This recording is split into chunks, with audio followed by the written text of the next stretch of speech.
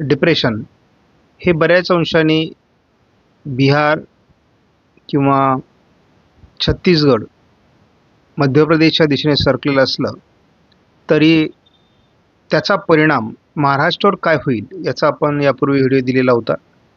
जेव्हा या प्रत्यक्ष डिप्रेशनचा जरी महाराष्ट्रावर परिणाम झाला नसला तरी अरबी समुद्रातून खेचल्या गेलेल्या बाष्पयुक्त वाऱ्यांमुळे घाट माथ्यावर जे पाऊस पडलेला आहे त्याचं प्रमाण हे विक्रमी आहे आणि त्यामुळे अतिवृष्टी या भागामध्ये झालेली आहे. गेल्या 24 ते 48 तासामध्ये जो पाऊस झाला आहे तो विक्रमी आहे आणि शिवाय त्याची आकडेवारीसुद्धा बघण्यासारखी आहे. आपण या ठिकाणी बघतो की लोणावळा या ठिकाणी 670 मिलीमीटर, भिरा या ठिकाणी 609 मिलीमीटर, तामणी या ठिकाणी 580 मिलीमीटर, शिरगाव या ठिकाणी 540, आंबोणा या ठिकाणी 537, खोपोली या ठिकाणी 516, पुन्हा लोणावळाचं काही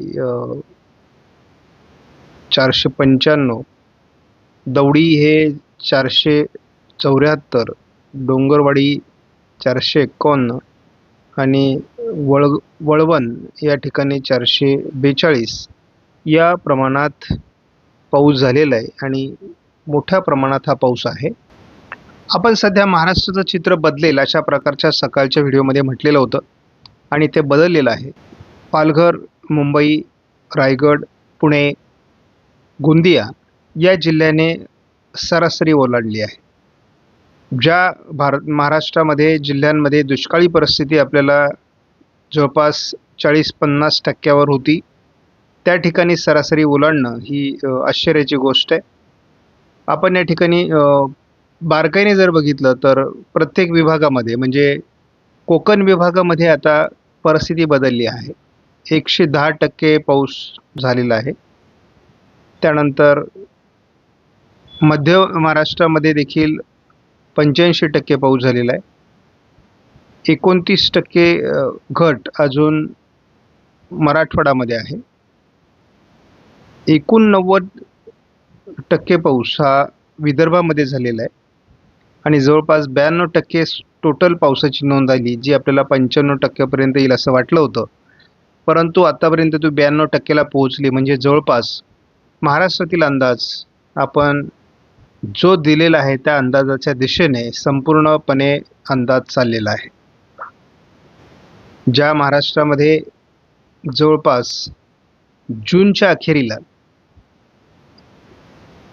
57-58% केवळ पाऊस झालेला होता, तो आज 92%वर पोहोचला आहे आणि संपूर्ण जुलैची टक्केवारी घेऊन त्याने जूनची टक्केवारी देखील कव्हर केली आहे. निवडक जिल्ह्यांची जर टक्केवारी बघितली तर मुंबईमध्ये सरासरीपेक्षा 73% पाऊस जास्त झालेला आहे. उपनगरांमध्ये 78% पाऊस अधिक झाला आहे. अजून गोव्याची टक्केवारी 33% मायनसमध्ये आहे. पालघरला देखील सरासरीच्या वरती 40% पाऊस गेला आहे. रायगडमध्ये देखील 39%च्या वरती पाऊस गेला आहे. रत्नागिरीमध्ये 8%च्या सरासरीच्या वरती 8% पाऊस आहे आणि आपण बघतो सिंधुदुर्गमध्ये मात्र अजून 20%ची घट आहे. साऊथ गोव्यामध्ये 19%ची घट आहे. ठाण्यामध्ये पुन्हा एकदा सरासरीच्या वरती 17%वर आपण पोहोचलो आहोत. कोल्हापूरला जवळपास केवळ 9%ची आता घट राहिलेली आहे. नाशिकला केवळ 5%ची घट दाखवण्यात आलेली आहे. छत्रपती संभाजीनगरला जवळपास सरासरी एवढा पाऊस झाला आहे. बाकी ठिकाणी अजून घट आहे. म्हणजे आपण जर इतर ठिकाणची घट बघितली, जळगावला देखील आपल्याला 20%ची केवळ घट राहिलेली आहे. सांगलीला देखील केवळ 11%ची घट आहे. म्हणजे असं जर आपण बघितलं तर काही अपवादात्मक जिल्हे जर सोडले तर महाराष्ट्रातली परिस्थिती खूप सुधारली आहे. ज्या ठिकाणी आपण दुष्काळाची भीती घेऊन बसलो होतो त्या ठिकाणी केवळ नंदुरबार एकमेव असा जिल्हा आहे किंवा थोडं आपण हिंगोली जिल्ह्याच्या बाबतीत बघतो 50%ची घट आहे. धुळ्यामध्ये 35%ची घट आहे. त्यामुळे काही जिल्हे अजून डेंजर झोनमध्ये आहेत. सोलापूर आपल्याला 42% घट दिसते. तर काही जिल्हे अजून देखील डेंजर झोनमध्ये आहेत. काही धरण क्षेत्रांमध्ये आता सुधारणा होऊ लागली आहे. नागपूर आणि अमरावती विभागातल्या धरणांच्या क्षेत्रामध्ये चांगली सुधारणा झालेली आहे. जवळपास 40%च्या वरती धरणं या ठिकाणी भरलेली आहेत. यावर्षीची परिस्थिती गेल्या वर्षीपेक्षा बेटर आहे. मात्र त्यापाठोपाठ कोकण आणि छत्रपती संभाजीनगर विभाग देखील ठीकठाक आहे. मात्र अजून गेल्या वर्षीच्या तुलनेत 55% गेल्या वर्षी धरणसाठा होता, तो यावर्षी 28%वर आहे. गेल्या वर्षी 49% धरणसाठा हा मध्यम प्रकल्पांमध्ये होता, तो आता 35%वर पोहोचला आहे. लघु प्रकल्पांमध्ये जवळपास 36% साठा गेल्या वर्षी होता, तो यावर्षी 22%वर आहे. त्यामुळे अजून पाणीसाठे भरायचे आहेत. मात्र समाधानाची बाब म्हणजे कोकण विभागात लघु प्रकल्प हे 50%वर पोहोचले आहेत. त्यामुळे थोडी समाधानाची बाब या ठिकाणी आपल्याला म्हणता येईल.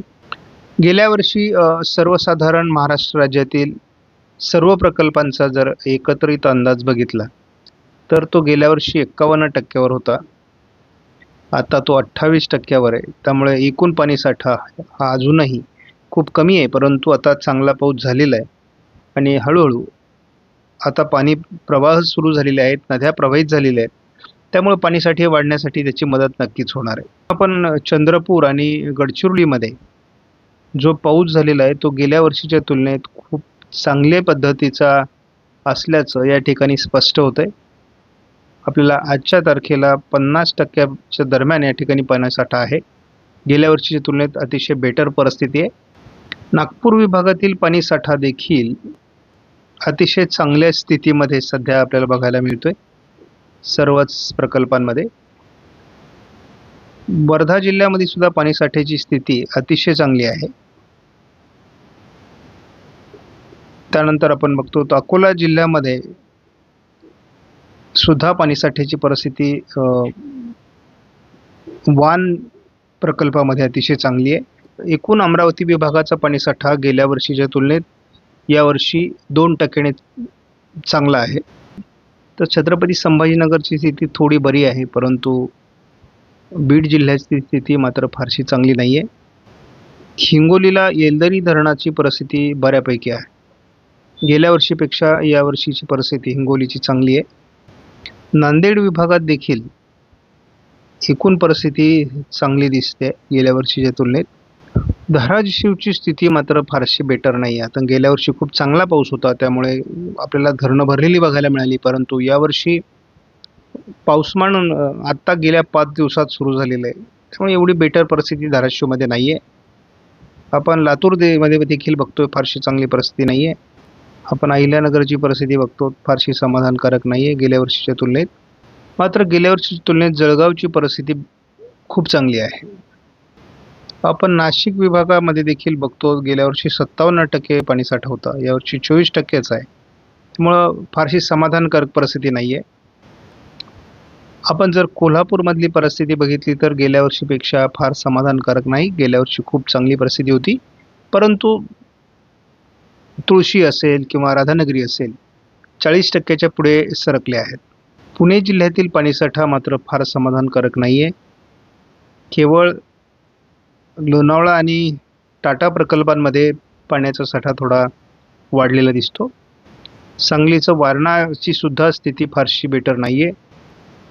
उजनीची स्थिती आपण 83%वर गेल्या वर्षी होती, आता सध्या 0%वर आहे. म्हणजे परिस्थिती फारशी समाधानकारक नाही. सातारा जिल्ह्यातील जे पाणी प्रकल्प आहेत यामध्ये मात्र कोयनेची स्थिती फारशी बेटर नाही. केवळ कनेर हेच पाणी प्रकल्प एकमेव समाधानकारक आहे. बाकी पाणीसाठ्यांमध्ये धोम बलकवडी एक समाधानकारक आहे. बाकी पाणी प्रकल्पांमध्ये फार समाधानकारक पाऊस झालेला नाही. पालघरमधील पाणी प्रकल्पांची स्थिती बऱ्यापैकी आहे. रायगड जिल्ह्यातील परिस्थिती सुधारते, सिंधुदुर्गमध्ये सुधारते, परंतु फार समाधानकारक नाही आहे.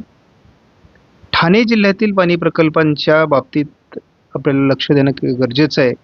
कोकण विभागामध्ये गेल्या वर्षी 67% पाणीसाठा होता, यावर्षी केवळ 32% पाणीसाठा आहे. म्हणजे गेल्या वर्षी 55% होता, यावर्षी केवळ 28% पाणीसाठा आहे. त्यामुळे फार समाधानकारक परिस्थिती अजून नाही आहे. पाऊस जरी झाला असला, अतिवृष्टी झाली असली, तरी पाणी प्रकल्पांमधली परिस्थिती अजून फार समाधानकारक